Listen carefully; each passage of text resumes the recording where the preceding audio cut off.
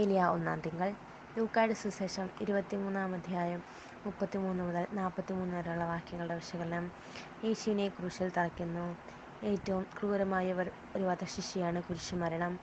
3 ആണികളിൽ തൂങ്ങപ്പെട്ട് ജലം വാർന്ന് പോയി ഒരാഴ്ചയോളം ഒരിറ്റ് ശ്വാസത്തിനു വേണ്ടി ഏങ്ങി വലിച്ച് ഇഞ്ചിഞ്ചായിത്തീരുന്ന മരണം.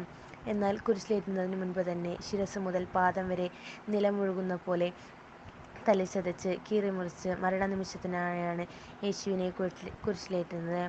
ലക്ഷ്യസ്ഥാനത്ത് അവൻ എത്തിച്ചേരുമോ എന്ന് സംശയമുള്ളതിനാലാണോ റൂഫാസിൻ്റെയും അലക്സാണ്ടറിൻ്റെയും പിതാവായ ശിമയോനെ കൊണ്ട് അവർ നിർബന്ധപൂർവ്വം കുരിശിൽ ചുമപ്പിക്കുന്നു.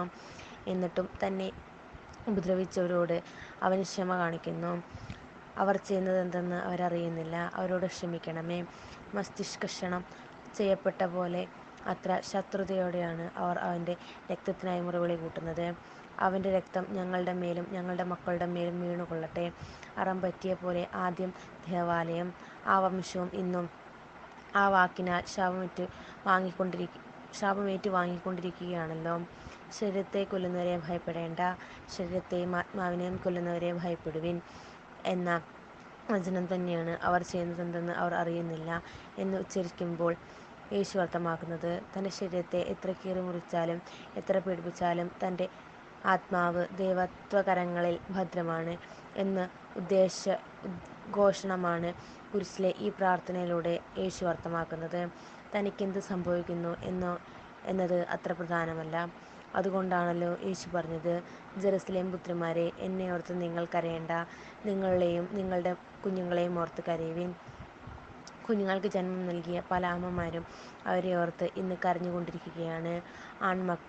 മക്കൾ നർക്കോട്ടിക് ജിഹാദിക്കും പെൺമക്കൾ ലവ് ജിഹാദിലും വീണ് പോയിരിക്കുന്നു.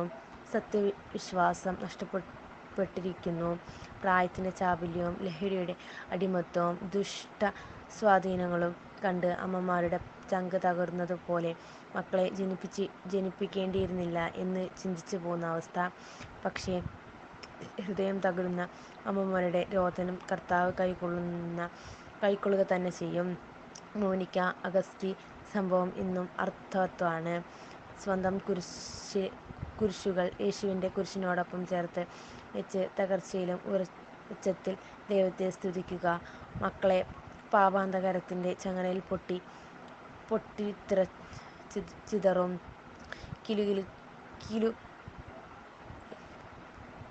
കിലുകിലാരവത്തോടെ അഗ്നിപഞ്ജലങ്ങളായി തീർന്ന മക്കളോട് ദൈവാത്മാവ് വന്ന് വീണ്ടും ജീവൻ നൽകി അവരെ ഉയർപ്പിക്കും.